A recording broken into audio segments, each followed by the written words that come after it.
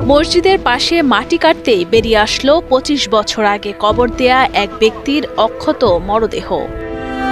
খবরটি ছড়িয়ে পড়তেই আশেপাশের মানুষ মুহূর্তেই ভিড় করে ঘটনাস্থলে। শুরু হয় নানান জল্পনা কল্পনা। এলাকার অনেকেই বলেন এটি আল্লাহর কুদরত, আবার অনেকেই বিশ্বাস করছেন পরহেজগার বান্দার প্রতি জান্নাতের ইঙ্গিত হিসেবে। নতুন কাপড় মনে ২-৩-৪ দিন আগের পোতানো লাশ, এরকম লাশটার কাপড় যেটা ছিল একদম ফ্রেশ, কোনো ময়লা টালা ছিল না, কোনো স্পট নেই। আর লাশটা মনে হয় ২-৩ দিন আগের লাশ আর কি। কাপড়ে কোনো স্পট নাই, একদম কাপড় ফ্রেশ।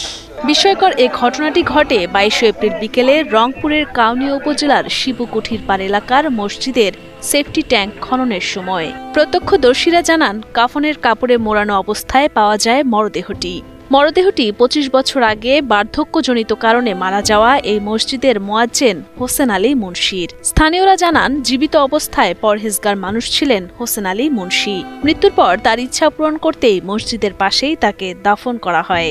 দাফনের দীর্ঘ ২৫ বছর পর মরদেহটি ছিল অনেকটা মমির মতো শুকানো।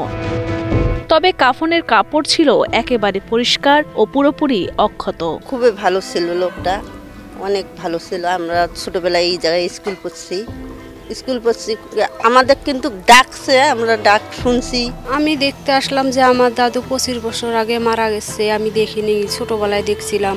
এখন আমার দাদুকে দেখলাম যে যেইভাবে মাটি দিছে ওইভাবেই আছে এখনো আমার দাদু। আমি দেখতে পারিনি, আজকে আমি দেখতে আসলাম, শুনলাম আসিয়ে। খুব খারাপ লাগতে আছে যে আমার দাদুকে দেখতে পারলাম না আসিও। ২৫ বছর আগে মারা যাওয়া হোসেন আলী মুন্সির অক্ষত মরদেহ দেখতে ছুটে আসেন তার পরিবার ও স্বজনরা। পরবর্তীতে মরদেহটি তুলে পার্শ্ববর্তী কবরস্থানে দাফন করা হয়। আমার বাবা হয় ২৫ বছর আগে সে বৃদ্ধ ছিল। এখন ওই তো এখানে মাটি কাটতে একটু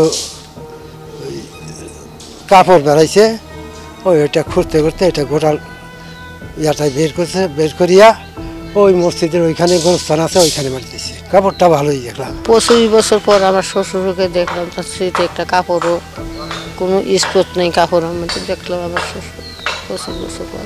আর আমার শ্বশুরের এটা যে আছে, এটা আল্লাহ তাআলা আমাকে দেখাইবে, ভালো লোক মানুষকে দেখাইবে। দেখলে ভালো লোক ছেলেই দেখি দেখাইছে। স্থানীয় মসজিদের ইমাম মিজানুর রহমান জানান, যারা ঈমান ও আমলের উপর মৃত্যুবরণ করেন, আল্লাহ তাদের ইহকাল ও পরকালে করেন সম্মানিত। ঘটনাটি তারই ইঙ্গিত বলে ধারণা তার। অবশ্যই ইমানদার ব্যক্তি ছিল এবং দুনিয়াতে ভালো কাজ করছে, যার কারণে তার এই অবস্থা, বা তার কাপড় বা তার যে লাশটা বা ছিল সেটা সুরক্ষিত আছে।